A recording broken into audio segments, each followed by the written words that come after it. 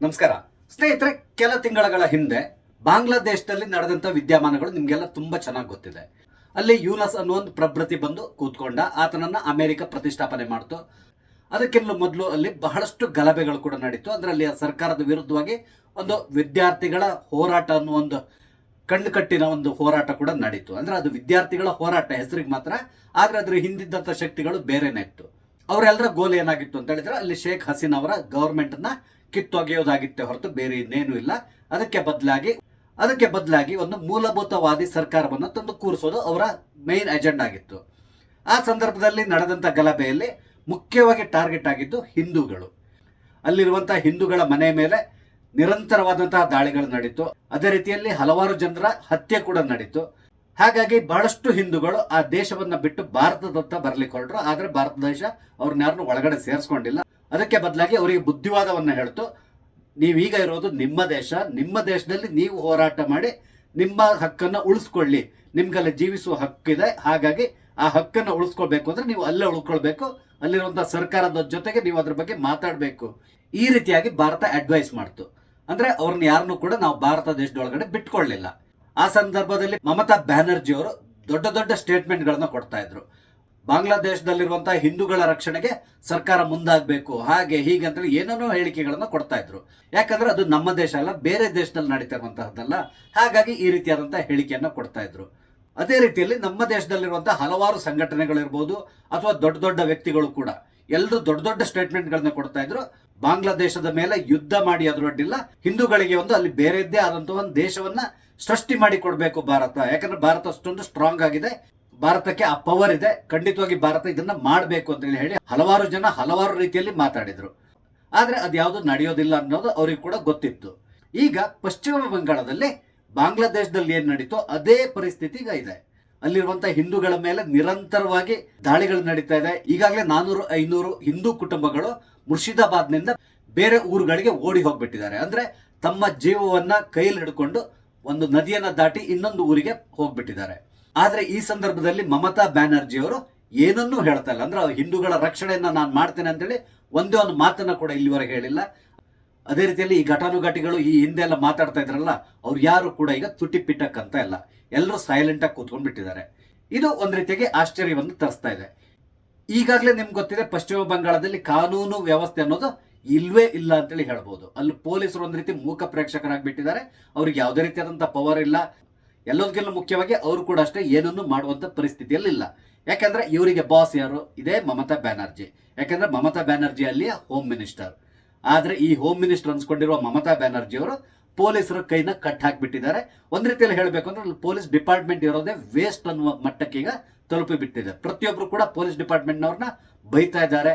ಅಲ್ಲಿರುವಂತಹ police department ಸಂಪೂರ್ಣವಾಗಿ ನಿಷ್ಕ್ರಿಯ ಆಗಿದೆ ಅಂತಕೊಂಡು ಹೇಳ್ತಾ ಇದ್ದಾರೆ. ಈ ಸಂದರ್ಭದಲ್ಲಿ ಒಂದು ಬಹುದೊಡ್ಡದಾದಂತಹ ಬೆಳವಣಿಗೆ ನಡೆಯುವಂತ ಸಾಧ್ಯತೆಗಳು ಕಾಣಿಸ್ತಾ ಇದೆ. ಹಾಗಾದ್ರೆ ಏನು ಆ ಬೆಳವಣಿಗೆ? ಇದ್ರ ಬಗ್ಗೆ ನಿಮ್ ಜೊತೆ ಮಾತಾಡ್ತಾ ಇದ್ದೇನೆ. ಸ್ನೇಹಿತರೆ, ನಿಮ್ಮೆಲ್ಲರೂ ಕಾಫಿ ಆಯ್ತು ಯೂಟ್ಯೂಬ್ ಚಾನಲ್ಗೆ ಸ್ವಾಗತಿಸ್ತಾ ಇದ್ದೇನೆ. ಸ್ನೇಹಿತರೆ, ಪಶ್ಚಿಮ ಬಂಗಾಳ ಈಗಾಗಲೇ ಹೊತ್ತಿ ಉರಿತಾ ಇದೆ. ಅಲ್ಲಿರುವಂತಹ ಗಡಿ ಜಿಲ್ಲೆಗಳಲ್ಲಿ ಈ ಜಿಹಾದಿ ಮುಸಲ್ಮಾನರು ಯಾರೆಲ್ಲ ಇದ್ದಾರೋ ಅವರು ಹಿಂದೂಗಳನ್ನ ಟಾರ್ಗೆಟ್ ಮಾಡಿಕೊಂಡು ದಾಳಿ ನಡೆಸ್ತಾ ಇದ್ದಾರೆ. ಈಗಾಗಲೇ ಹಲವಾರು ಕುಟುಂಬಗಳು ಆ ಊರುಗಳನ್ನ ಬಿಟ್ಟು ಗುಳೆ ಹೊರಟು ಬಿಟ್ಟಿದೆ. ಯಾಕಂದ್ರೆ ಅವ್ರು ಉಳ್ಕೋಬೇಕು ಅಂದ್ರೆ ಬೇರೆ ಏನು ವ್ಯವಸ್ಥೆ ಇರಲಿಲ್ಲ. ಅಲ್ಲಿರುವಂತಹ ಪೊಲೀಸರು ಅವ್ರನ್ನ ರಕ್ಷಣೆ ಮಾಡಬೇಕಿತ್ತು. ಆದ್ರೆ ಪೊಲೀಸರಿಗೆ ರಕ್ಷಣೆ ಇಲ್ಲದಂತಹ ಪರಿಸ್ಥಿತಿ ಪಶ್ಚಿಮ ಬಂಗಾಳದಲ್ಲಿ ಉಂಟಾಗಿದೆ. ಆದ್ರಿಂದಾಗಿ ಇವರೆಲ್ಲರೂ ಕೂಡ ಮನೆ ಮಠವನ್ನ ಬಿಟ್ಟು ಬೇರೆ ಕಡೆ ಹೋಗ್ಬಿಟ್ಟಿದ್ದಾರೆ. ಇವರ ಮನೆಯನ್ನ ಸಂಪೂರ್ಣವಾಗಿ ಲೂಟಿ ಮಾಡಲಾಗಿದೆ. ಹಾಗೆ ದೇವಸ್ಥಾನಗಳನ್ನ ಕೂಡ ಅಲ್ಲಿ ಧ್ವಂಸ ಮಾಡ್ತಾ ಇದ್ದಾರೆ. ಇದೆಲ್ಲದನ್ನು ಮಾಡ್ತಾ ಇರೋದು ಬೇರೆ ಇನ್ಯಾರು ಅಲ್ಲ, ಅಲ್ಲಿರುವಂತಹ ವಲಸಿಗ ಮುಸಲ್ಮಾನರು ಅಂತಕೊಂಡು ಹೇಳ್ತಾ ಇದ್ದಾರೆ. ಅಂದ್ರೆ ಬಂಗಾಳದಲ್ಲಿರುವಂತಹ ಮುಸಲ್ಮಾನರಿಗಿಂತಲೂ ಜಾಸ್ತಿಯಾಗಿ ಈ ವಲಸಿಗರಿದಾರಲ್ಲ, ಬಾಂಗ್ಲಾದೇಶದಿಂದ ಭಾರತಕ್ಕೆ ವಲಸೆ ಬಂದಿದ್ದಾರಲ್ಲ, ಅಂದ್ರೆ ಅಕ್ರಮವಾಗಿ ಬಂದಿರುವಂತಹ ಮುಸಲ್ಮಾನರೇ ಇದೆಲ್ಲದನ್ನು ಮಾಡ್ತಾ ಇದ್ದಾರೆ ಅಂತ ಕೂಡ ಹೇಳ್ತಾ ಇದ್ದಾರೆ. ಈಗಾಗಲೇ BSF ಅಲ್ಲಿ ಈಗ ಎಂಟರ್ ಆಗಿದೆ. ಅವರು ಈಗ ಸಂಪೂರ್ಣವಾದಂತಹ ಕಂಟ್ರೋಲ್ ಅನ್ನು ತಗೊಳ್ತಾ ಇದ್ದಾರೆ. ಆದ್ರೆ ಇದು ಎಷ್ಟು ದಿನ ನಡೀತದೆ? BSF ನವ್ರನ್ನ ಕೆಲ ದಿನಗಳ ಮಟ್ಟಿಗೆ ಅಲ್ಲಿ ಉಳಿಸ್ಕೋಬಹುದು. ಅದಾದ್ಮೇಲೆ ಸರ್ಕಾರ ವಾಪಸ್ ಕರ್ಸ್ಕೊಳ್ತಾರೆ. ಸರ್ಕಾರ ವಾಪಸ್ ಕರ್ಸ್ಕೊಂಡ ತಕ್ಷಣ ಮತ್ತೆ ಪುನಃ ಇದೇ ರೀತಿಯಾದಂತಹ ಬೆಳವಣಿಗೆಗಳು ಅಲ್ಲಿ ನಡೆಯುವಂತ ಸಾಧ್ಯತೆ ಇದೆ. ಈ ರೀತಿಯಾದಂತಹ ಘಟನೆ ಪುನಃ ಅಲ್ಲಿ ಘಟಿಸಬಾರದು ಅಂತೇಳಿ ಹೇಳಿದೆ. ಪಶ್ಚಿಮ ಬಂಗಾಳದ MP ಆದಂತಹ ಜ್ಯೋತಿರ್ಮಯ ಮಹಾತೋ ಅನ್ನೋರು ಕೇಂದ್ರ ಸರ್ಕಾರಕ್ಕೆ ಒಂದು ಪತ್ರವನ್ನ ಬರೆದಿದ್ದಾರೆ. ಅಂದ್ರೆ ಒಂದ್ ರೀತಿಯಾಗಿ ಒತ್ತಾಯವನ್ನ ಮಾಡ್ತಾ ಇದ್ದಾರೆ. ಪಶ್ಚಿಮ ಬಂಗಾಳದ ಕೆಲವೊಂದು ಜಿಲ್ಲೆಗಳಲ್ಲಿ AFSPA ಕಾನೂನನ್ನ ಜಾರಿಗೆ ತನ್ನಿ, ಇಲ್ಲದಿದ್ರೆ ಇಲ್ಲಿ ಯಾವುದನ್ನು ಕೂಡ ನಾವು ಕಂಟ್ರೋಲ್ ಮಾಡ್ಲಿಕ್ಕೆ ಆಗಲ್ಲ ಅಂತೇಳಿ ಹೇಳಿದ್ರು. ಹಾಗಾದ್ರೆ ಇದು AFSPA ಅಂದ್ರೆ ಏನು? ಒಂದ್ ವೇಳೆ ಈ ಆಕ್ಟ್ ಅಲ್ಲಿ ಜಾರಿಗೆ ಬಂದ್ರೆ ಏನಾಗ್ತದೆ ಇದನ್ನ ಕೂಡ ನಿಮ್ಗೆ ವಿವರಿಸ್ತಾ ಹೋಗ್ತೇನೆ. ಸ್ನೇಹಿತರೆ, AFSPA ಅಂತೇಳಿ ಹೇಳಿದ್ರೆ armed forces special power act ಅಂತ ತಗೊಂಡು ಇದು 1958ರಲ್ಲಿ ಜಾರಿಗೆ ಬಂದಿರುವಂತಹದ್ದು. ಒಮ್ಮೆ ಈ ಆಕ್ಟ್ ನಲ್ಲಿ ಜಾರಿಗೆ ತಂದ್ರೆ ಏನಾಗ್ತದೆ ಅಂದ್ರೆ ಅಲ್ಲಿಗೆ ಸೇನೆಯನ್ನ ಕಳಿಸ್ಕೊಡ್ತಾರೆ. ಈ ಸೇನೆಗೆ ಸುಪ್ರೀಂ ಪವರ್ ಇರ್ತದೆ. ನಿಮ್ಗೆ ಗೊತ್ತಿರಬಹುದು, ಜಮ್ಮು ಕಾಶ್ಮೀರ್ನಲ್ಲಿ ಈ ಆಕ್ಟ್ ಜಾರಿಯಲ್ಲಿದೆ. ಅದೇ ರೀತಿಯಲ್ಲಿ ಕೆಲವೊಂದು ರಾಜ್ಯಗಳಲ್ಲಿ ಕೆಲವು ಪ್ರದೇಶಗಳಲ್ಲಿ ಈ ಒಂದು ಆಕ್ಟ್ ಈಗ ಚಾಲ್ತಿಯಲ್ಲಿದೆ. ಅದು ಯಾವ್ದೆಲ್ಲ ಅಂದ್ರೆ ಮಣಿಪುರ್, ಅಸ್ಸಾಂ, ನಾಗಾಲ್ಯಾಂಡ್, ಅರುಣಾಚಲ್ ಪ್ರದೇಶ್ ಈ ರಾಜ್ಯಗಳ ಕೆಲವೊಂದು ಭಾಗಗಳಲ್ಲಿ ಈ ಒಂದು ಕಾನೂನು ಜಾರಿಯಲ್ಲಿದೆ. ಅಲ್ಲಿ ಸೈನ್ಯ ಯಾವಾಗಲೂ ಗಸ್ತಿರ್ತಾ ಇರ್ತದೆ. ಈ ಸೈನ್ಯಕ್ಕೆ ಒಂದು ಸ್ಪೆಷಲ್ ಆದಂತಹ ಪವರ್ ನ ಕೊಟ್ಟಿರ್ತದೆ. ಅದೇನು ಅಂತ ಹೇಳಿದ್ರೆ, ಅವರು ಯಾವುದೇ ರೀತಿಯಾದಂತಹ ಕಾರಣ ಕೊಡದೇನೆ ಯಾರನ್ನ ಬೇಕಾದ್ರೂ ಬಂಧನಕ್ಕೊಳಪಡಿಸಬಹುದು, ಅವ್ರನ್ನ ವಿಚಾರಣೆ ಮಾಡಬಹುದು. ಹಾಗೇನೆ ಅವ್ರಿಗೆ ಯಾವ್ದಾದ್ರು ಒಂದು ಮನೆ ಮೇಲೆ ಡೌಟ್ ಬಂದ್ರೆ ಆ ಮನೆಯನ್ನ ಸಂಪೂರ್ಣವಾಗಿ ಸರ್ಚ್ ಮಾಡಬಹುದು. ಈ ಮನೆಯನ್ನು ಹುಡುಕ್ಲಿಕ್ಕೆ ಅವ್ರು ಯಾವುದೇ ರೀತಿಯಾದಂತಹ ಸರ್ಚ್ ವಾರೆಂಟ್ ತಗೊಂಡು ಬರಬೇಕಾದಂತ ಅವಶ್ಯಕತೆ ಇಲ್ಲ, ಏನೂ ಇಲ್ಲ. ನೇರವಾಗಿ ಹೋಗಿ ಆ ಮನೆಯನ್ನ ಸರ್ಚ್ ಮಾಡಬಹುದು. ಅಥವಾ ಯಾವುದೇ ಸ್ಥಳವನ್ನಾಗ್ಲಿ ಅವ್ರು ಸಂಪೂರ್ಣವಾಗಿ ಹುಡುಕ್ಬಹುದು. ಅಲ್ಲಿ ಏನಾದ್ರೂ ಸಿಕ್ಕಿದ್ರೆ ಅದನ್ನ ಸೀಸ್ ಮಾಡುವಂತಹ ಸ್ಪೆಷಲ್ ಪವರ್ ಇವರಿಗಿರ್ತದೆ. ಇದಲ್ಲದೇನೆ ಒಮ್ಮೆ AFSPA ಆಕ್ಟ್ ಅಲ್ಲಿ ಬಂತು ಅಂತ ಹೇಳಿದ್ರೆ ಜನರು ಕೂಡ ಅಷ್ಟೇ ತುಂಬಾ ಅಲರ್ಟ್ ಆಗಿರ್ಬೇಕಾಗ್ತದೆ. 5 ಜನರಿಗಿಂತಲೂ ಜಾಸ್ತಿ ಎಲ್ಲಿಯೂ ಕೂಡ ಓಡಾಡುವ ರೀತಿಯಲ್ಲಿಲ್ಲ. ಮತ್ತೆ ಯಾವುದೇ ಸಂದರ್ಭದಲ್ಲಿ ಬೇಕಾಗಿರೋರು ನಿಷೇಧಾಜ್ಞೆಯನ್ನ ಹೇರುವಂತಹ ಪವರ್ ಕೂಡ ಅವರಿಗಿರ್ತದೆ. ಅಂದ್ರೆ ಅವ್ರಿಗೆ ಏನಾದ್ರು ಡೌಟ್ ಬಂತು ಅಂತ ಹೇಳಿದ್ರೆ ನಿಷೇಧಾಜ್ಞೆಯನ್ನ ಅವರು ಜಾರಿ ತರಬಹುದು. ಅದೆಲ್ಲದಕ್ಕಿಂತ ಮುಖ್ಯವಾಗಿ ಅವ್ರಿಗೆ ಇರುವಂತಹ ಇನ್ನೊಂದು ಸ್ಪೆಷಲ್ ಪರ್ಮಿಷನ್ ಏನು ಅಂತ ಹೇಳಿದ್ರೆ, ಯಾರ ಮೇಲಾದ್ರೂ ಡೌಟ್ ಬಂತು, ಆತನನ್ನ ಶರಣಾಗ್ಲಿಕ್ಕೆ ಹೇಳಿದ್ರು, ಒಂದ್ ವೇಳೆ ಆತ ಇವ್ರು ಹೇಳಿದ್ದನ್ನ ಕೇಳದೆ ಶರಣಾಗದೆ ಇವ್ರ ವಿರುದ್ಧವಾಗಿ ಏನಾದ್ರು ವರ್ತಿಸಿದ್ರೆ ಆತನಿಗೆ ಇವರು ಗುಂಡಿಕ್ಬಹುದು. ಅಂದ್ರೆ ಆತನನ್ನು ಕೊಲ್ಲುವಂತಹ ಹಕ್ಕು ಕೂಡ ಇವರಿಗಿರ್ತದೆ. ಇದನ್ನ ಎಲ್ಲಿಯೂ ಕೂಡ ಯಾರು ಕೂಡ ಪ್ರಶ್ನೆ ಮಾಡುವಾಗಿಲ್ಲ. ಆಗ ಏನಾಗುತ್ತೆ, ಇವ್ರಿಗೆ ಇಷ್ಟೊಂದು ಪವರ್ ಬರೋದ್ರಿಂದ ಅವರು ಕೂಡ ಅಷ್ಟೇ ತುಂಬಾ ಎಫೆಕ್ಟಿವ್ ಆಗಿ ಕೆಲಸ ಮಾಡ್ತಾರೆ. ಜನರಿಗೂ ಕೂಡ ಹೆದರಿಕೆ ಪ್ರಾರಂಭ ಆಗ್ತದೆ. ಯಾಕಂದ್ರೆ ಇಲ್ಲಿಗೆ ಪಶ್ಚಿಮ ಬಂಗಾಳದ ವಿಷಯನ ತಗೊಂಡ್ರೆ ಇಷ್ಟೆಲ್ಲ ಗಲಭೆ ನಡೆದಿದೆಯಲ್ಲ, ಮಮತಾ ಬ್ಯಾನರ್ಜಿ ಏನ್ ಮಾಡ್ತಾ ಇದ್ದಾರೆ, ಅವ್ರು ಕೇವಲ ಒಂದು ಹೇಳಿಕೆಯನ್ನು ಕೊಟ್ಟಿದ್ದಾರೆ, ಎಲ್ಲರೂ ಶಾಂತವಾಗಿರಿ, ಎಲ್ಲರೂ ನಾವು ರಕ್ಷಣೆ ಮಾಡ್ತೇವೆ ಈ ರೀತಿಯಲ್ಲಿ ಹೇಳಿದ್ರು. ಕೊನೆಗೆ ಏನ್ ಹೇಳಿದ್ರು, ಈ ವಕ್ಫ್ ಕಾಯ್ದೆ ಏನಿದೆ ಇದು ನಾವು ಜಾರಿಗೆ ತಂದಿದ್ದಲ್ಲ, ಇದನ್ನ ತಂದಿರೋದು ಕೇಂದ್ರ ಸರ್ಕಾರ. ಆದ್ರೆ ಯಾವುದೇ ಕಾರಣಕ್ಕೆ ನಾವು ಪಶ್ಚಿಮ ಬಂಗಾಳದಲ್ಲಿ ಇದನ್ನ ಜಾರಿಗೆ ತರಲಿಕ್ಕೆ ಬಿಡೋದಿಲ್ಲ ಅಂತೇಳಿ ಹೇಳಿದ್ರು. ಅದನ್ನ ಬಿಟ್ಟು ಎಲ್ಲಿಯೂ ಕೂಡ ಅಲ್ಲಿರುವಂತಹ ಹಿಂದೂಗಳಿಗೆ ನೀವು ಮನೆ ಬಿಟ್ಟು ಹೋಗ್ಬೇಡಿ, ನಿಮ್ಮ ರಕ್ಷಣೆಗೆ ನಾವಿದ್ದೇವೆ, ನಮ್ಮ ಸರ್ಕಾರ ನಿಮ್ ಜೊತೆ ನಿಲ್ತದೆ ಅಂತೇಳಿ ಇಲ್ಲಿವರೆಗೂ ಕೂಡ ಒಂದೇ ಒಂದು ಹೇಳಿಕೆಯನ್ನು ಅವ್ರು ಕೊಟ್ಟಿಲ್ಲ. ಎಲ್ಲದಕ್ಕಿಂತಲೂ ಮುಖ್ಯವಾಗಿ ಅಲ್ಲಿ ಗಲಭೆಯಲ್ಲಿ ಭಾಗಿಯಾದಂತಹ ಈ ಮುಸಲ್ಮಾನರಿದ್ದಾರಲ್ಲ, ಇವರ ವಿರುದ್ಧವಾಗಿ ಕೂಡ ಇಲ್ಲಿವರೆಗೆ ಒಂದೇ ಒಂದು ಹೇಳಿಕೆಯನ್ನ ಕೊಟ್ಟಿಲ್ಲ. ಅವ್ರ ಮೇಲೆ ಕಠಿಣ ಕ್ರಮ ಕೈಗೊಳ್ತೇವೆ, ಯಾವುದೇ ರೀತಿಯಾದಂತಹ ಮುಲಾಜಿಗೆ ಒಳಗಾಗದೇನೆ ನಾವು ಎಲ್ಲರನ್ನು ಬಂಧಿಸಿ ಜೈಲಿಗೆ ಕಳಿಸ್ತೇವೆ ಅಂತ ಕೂಡ ಅವ್ರು ಇಲ್ಲಿವರೆಗೆ ಒಂದೇ ಒಂದು ಹೇಳಿಕೆಯನ್ನ ಕೊಟ್ಟಿಲ್ಲ. ಅದಕ್ಕೆ ಬದಲಾಗಿ ಇವರು ಇವಾಗಲೂ ಕೂಡ ಅಷ್ಟೇ ಕೇಂದ್ರ ಸರ್ಕಾರದತ್ತ ಕೈ ತೋರಿಸಿ ಕೈ ತೊಳ್ಕೊಂತ ಇದ್ದಾರೆ. ಅದಲ್ಲದೇನೆ ಇನ್ನೊಂದು ಡೌಟ್ ಬರ್ತಾ ಇರೋದು ಏನು ಅಂತ ಹೇಳಿದ್ರೆ, ನಮ್ಮ ದೇಶದಲ್ಲಿ ಇವಾಗ್ಲೂ ಕೂಡ ಅಷ್ಟೇ ಹೆಚ್ಚು ಕಡಿಮೆ ಒಂದು 80% ಹಿಂದೂಗಳಿದ್ದಾರೆ. ಆದ್ರೆ ಇಲ್ಲಿರುವಂತಹ ಹಿಂದೂಗಳು ಈ ಅಲ್ಪಸಂಖ್ಯಾತರು ಅನ್ಸ್ಕೊಂಡಿರುವವರ ಕೈಲಿ ಸಿಕ್ಕಿ ನಲುಗ್ತಾ ಇದ್ದಾರೆ.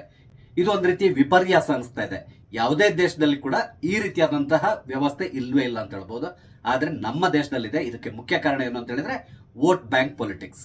ಈ ವೋಟ್ ಬ್ಯಾಂಕ್ ಪೊಲಿಟಿಕ್ಸ್ ಗಾಗಿ ನಮ್ಮ ರಾಜ್ಯಗಳಲ್ಲಿರುವಂತಹ ಸರ್ಕಾರಗಳು ಯಾವುದೇ ಮಟ್ಟಕ್ಕೆ ಇಳಿಲಿಕ್ಕೆ ತಯಾರಿದ್ದಾರೆ. ಈಗ ಕರ್ನಾಟಕದಲ್ಲಿ ಕೂಡ ಅಷ್ಟೇ ಸಿದ್ದರಾಮಯ್ಯನವರು ಈಗಾಗಲೇ ಒಂದು ಹೇಳಿಕೆಯನ್ನು ಕೊಟ್ಟು ಬಿಟ್ಟಿದ್ದಾರೆ. ಈ ಕಾನೂನನ್ನ ಕರ್ನಾಟಕದಲ್ಲಿ ಜಾರಿಗೆ ತರೋದಿಲ್ಲ ಅಂತೇಳಿ ಹೇಳಿ ಈಗಾಗಲೇ ಮುಸಲ್ಮಾನರ ಓಲೈಕೆಗೆ ನಿಂತು ಬಿಟ್ಟಿದ್ದಾರೆ. ಅದು ಹೇಗೆ ಇವ್ರು ಜಾರಿ ಮಾಡೋದಿಲ್ವೋ ಅದು ಮುಂದಿನ ದಿನಗಳಲ್ಲಿ ನಮ್ಗೆ ಗೊತ್ತಾಗ್ತದೆ. ಯಾಕಂದ್ರೆ ಇದು ಕೇಂದ್ರದಿಂದ ಬಂದಿರುವಂತಹ ಒಂದು ಕಾನೂನು, ಇದನ್ನ ಇವರು ಇಂಪ್ಲಿಮೆಂಟ್ ಮಾಡಬೇಕಾಗ್ತದೆ. ಆದ್ರೆ ಇವರು ಈ ರೀತಿಯಲ್ಲಿ ಹೇಳಿಕೆಯನ್ನ ಕೊಡ್ತಾ ಇದ್ದಾರೆ. ಈಗ ಪುನಃ ಪಶ್ಚಿಮ ಬಂಗಾಳ ಬರೋದಾದ್ರೆ, ಈಗಾಗಲೇ MP ಅವರು ಕೇಂದ್ರ ಸರ್ಕಾರಕ್ಕೆ ಈ ರೀತಿಯಾಗಿ ರಿಕ್ವೆಸ್ಟ್ ಮಾಡ್ಕೊಂಡಿದ್ದಾರೆ. ಅಂದ್ರೆ AFSPA ಕಾನೂನನ್ನ ಇಲ್ಲಿ ಜಾರಿ ತನ್ನಿ ಅಂತ ಹೇಳ್ತಾ ಇದಾರಲ್ಲ, ಇದನ್ನ ಕೇಂದ್ರ ಸರ್ಕಾರ ಒಪ್ಕೊಳ್ಬಹುದಾ? ಇದು ಒಂದ್ ರೀತಿಯಾದಂತ ಯಕ್ಷ ಪ್ರಶ್ನೆ. ಇಲ್ಲಿ ಕೇಂದ್ರ ಸರ್ಕಾರ ಒಪ್ಕೊಳ್ಳೋದಕ್ಕಿಂತ ಮೊದಲು 100 ಬಾರಿ ಯೋಚನೆ ಮಾಡ್ತದೆ. ಯಾಕಂದ್ರೆ ಮುಂದಿನ ವರ್ಷ ಚುನಾವಣೆ ಇದೆ. ಈ ಚುನಾವಣೆ ಸಂದರ್ಭದಲ್ಲಿ ಒಂದ್ ವೇಳೆ ಈ AFSPA ಕಾನೂನನ್ನ ಅಲ್ಲಿ ಜಾರಿಗೆ ತಂದ್ರೆ ಅದರಿಂದಾಗಿ ಚುನಾವಣೆ ಸಂದರ್ಭದಲ್ಲಿ ನಮ್ಗೆ ನೆಗೆಟಿವ್ ಆಗ್ಬಹುದು ಅಂತ ಹೇಳ್ಕೊಂಡು ಕೂಡ BJP ಯೋಚನೆ ಮಾಡ್ತಾ ಇರಬಹುದು.